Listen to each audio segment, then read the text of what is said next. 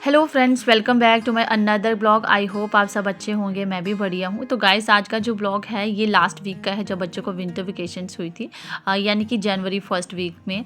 तो बस उस टाइम पे क्या था कि छुट्टियां तो ख़त्म होने वाली थी, 1-2 दिन बचे थे छुट्टियों के। तो फिर बच्चे काफ़ी टाइम से बोल रहे थे मम्मा चलो चलो छुट्टियाँ ख़त्म हो जाएगी, एटलीस्ट हमें एक दिन तो घुमाने के लिए ले जाओ। एंड हमारा भी रहता है कि चलो हम भी थोड़ी बहुत ब्रेक ले लेते हैं, वरना इतना टाइम भी नहीं लगता बाहर जाने के लिए। और ना ही यहाँ का वेदर अच्छा है, आजकल बहुत ही ज़्यादा फॉगी है और बहुत ज़्यादा ठंड है, बाहर निकलने का बिल्कुल भी मन नहीं करता है। लेकिन बच्चे तो बच्चे होते हैं भाई, अब मौसम कैसा भी है उनको कोई फ़र्क नहीं पड़ता, उनको घूमने जाना है तो जाना है।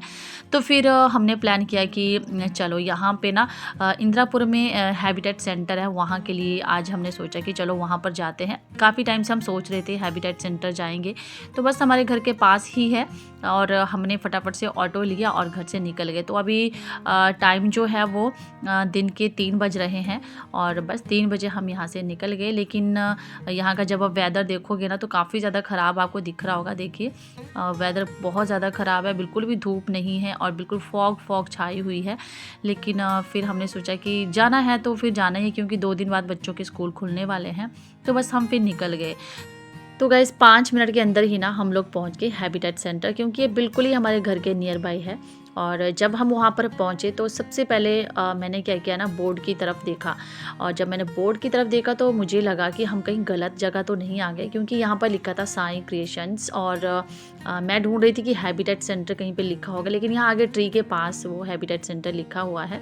मैंने जब गार्ड से पूछा तो उन्होंने मुझे बताया कि नहीं नहीं आप सही जगह पे आए हो। मैंने कहा ठीक है, ओके फ़ाइन। तो फिर हम लोग ना अंदर चले गए।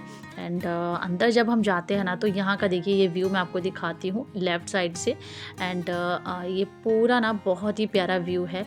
ये देखिए राइट साइड की तरफ भी तो यहाँ पर बहुत ही प्यारे प्यारे कपड़े लगे हुए हैं और ज्वेलरी यहाँ पर लगी हुई थी। एंड यहाँ पर देखिए बड़े बड़े शोरूम्स हैं, हर ब्रांड के शोरूम आपको यहाँ पर मिल जाएंगे। तो सबसे पहले हमने सोचा कि चलो यहाँ का एक राउंड लगाते हैं।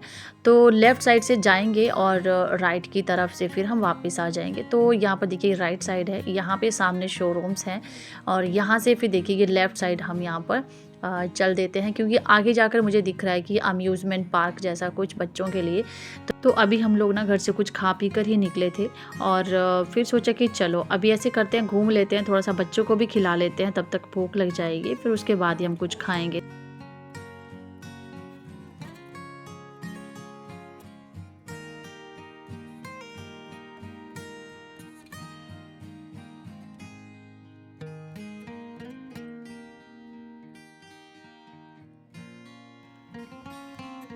तो यहाँ पर हम लोग पहुँच गए और फिर यहाँ पर एक बोर्ड देखा, यहाँ पर 6 राइड्स थी। एंड पर राइड जो थी वो थी 80 रुपीज़ की और एक राइड आपको फ्री मिल रही थी। ये इनका ऑफ़र था यहाँ पे। तो मैंने ऑब्ज़र्व किया कि यहाँ पर काफ़ी ज़्यादा कॉस्टली है। वैसे ये हर राइड ना 40 रुपीज़ में मिल जाती है अगर आप मॉल वगैरह कहीं पे जाते हो या कोई और फेयर वगैरह जैसे लगे होते हैं, तो वहाँ पे काफ़ी सस्ता मिलता है। लेकिन अब जब यहाँ पर आए हैं तो बच्चों को तो खेलना ही है, तो फिर उसने कहा कि मुझे 1-2 राइड करनी है। तो मैंने कहा ठीक है। तो बस उसने सबसे पहले ना इसको एंजॉय किया, बॉल पूल को। उसको बॉल पूल की जो राइड है बहुत ही ज़्यादा अच्छी लगती है। तो थोड़ी देर यहाँ पर अदू ने खेला एंड इसकी जो टाइमिंग थी वो थी 10 मिनट के लिए। तो मैंने उनको कहा कि भाई 10 मिनट तो वैसे ही लग जाते हैं, तो फिर ठीक है 20-25 मिनट बच्चे ने यहाँ पर खेला। एंड तब तक हम लोगों ने कुछ पिक्चर्स वगैरह यहाँ पर क्लिक की।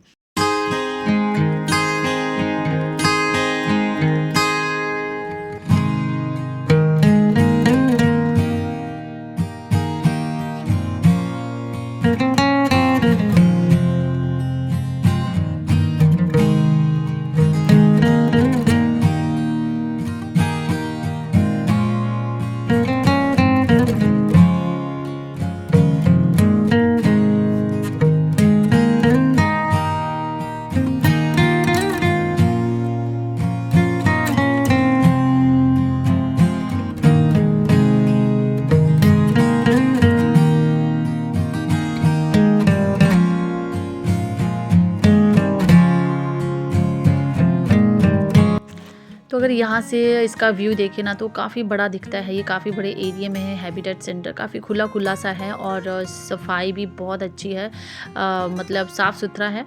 बढ़िया है बच्चों के लिए, वीकेंड के लिए काफ़ी अच्छा है। वैसे अगर यहाँ पर जाए ना तो वीकेंड पे ही जाएँ, क्योंकि बिल्कुल खाली खाली भी फिर अच्छा नहीं लगता है। एंड खैर मुझे इतना ज़्यादा भी अच्छा नहीं लगा, क्योंकि बच्चों ने ज़िद की तो बस हम लोग यहाँ पर चले गए। एंड यहाँ से फिर हमने सोचा चलो अब ऊपर चलते हैं। तो जो एस्केलेटर स्टेयर्स थी ना, पहले तो वो चल नहीं रही थी, वो सेंस करती हैं तभी चलती हैं। मुझे लगा ये ख़राब है, लेकिन जैसे हम लोग उसके पास गए ना तो फिर उसने हमें सेंस किया एंड वो चल पड़ी। फिर चलो ठीक है, हम लोग गए ऊपर।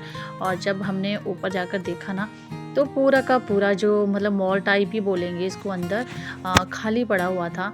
एंड हम सोच रहे थे कि चलो अब खाने का सर्च करते हैं कहाँ पे क्या मिलता है। तो बस इधर उधर घूमा और फिर हम चल दिए, क्योंकि बच्चे ना क्या खाना वाना तो इतना ज़्यादा पसंद करते नहीं हैं वो। लेकिन शाम के ना भी 4-5 बज रहे थे, हम लोग घर से निकले थे 3 बजे के करीब।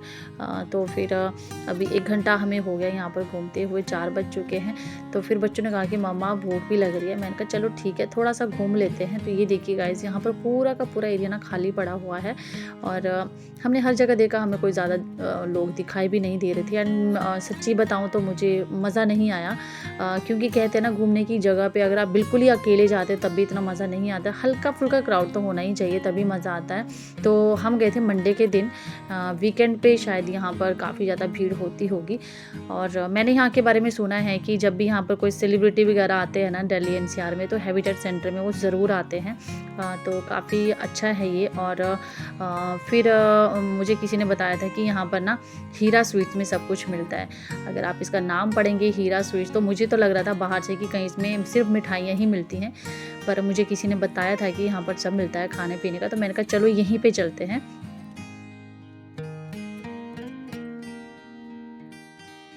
तो जैसे ही हमने एंटर किया एंड हमने देखा कि यहाँ पर काफ़ी बड़ा हॉल है। एंड लेफ़्ट साइड आप देखिए यहाँ पर ना काफ़ी ज़्यादा गिफ्ट्स वगैरह पैक करके रखे हुए थे, क्योंकि लोहड़ी मकर संक्रांति आने वाली थी उस टाइम पे।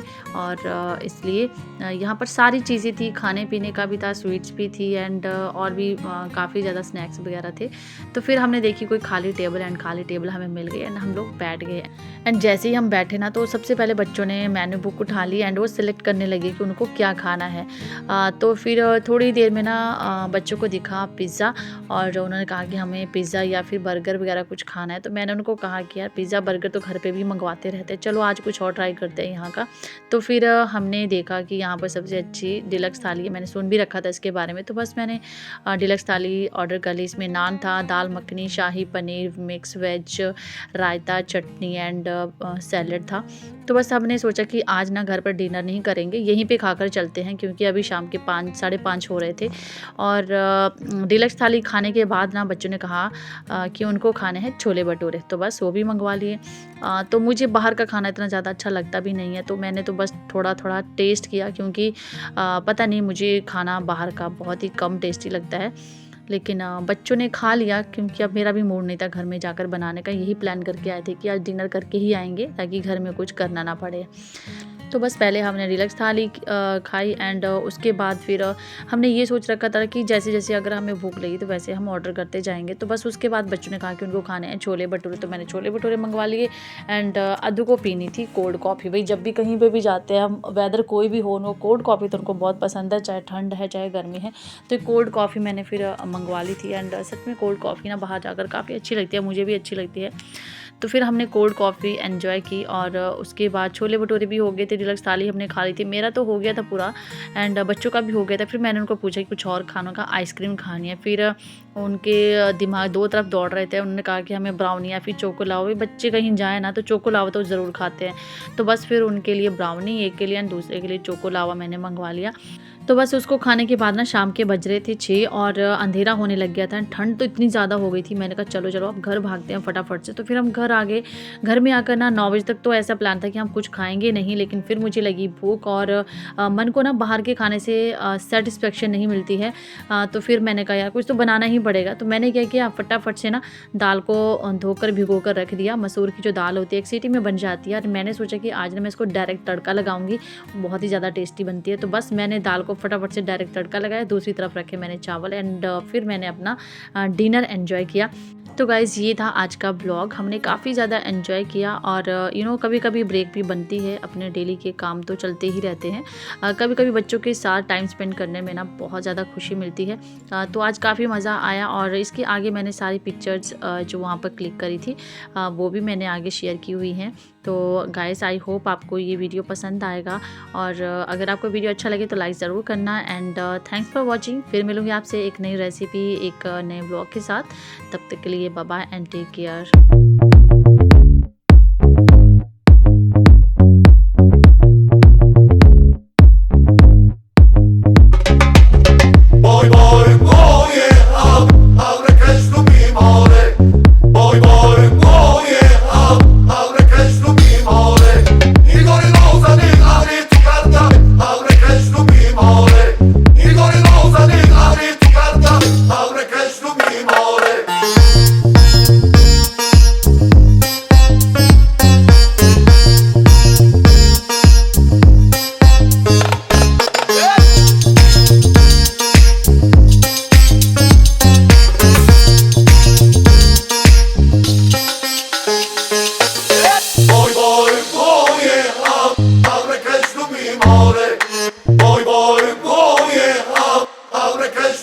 More.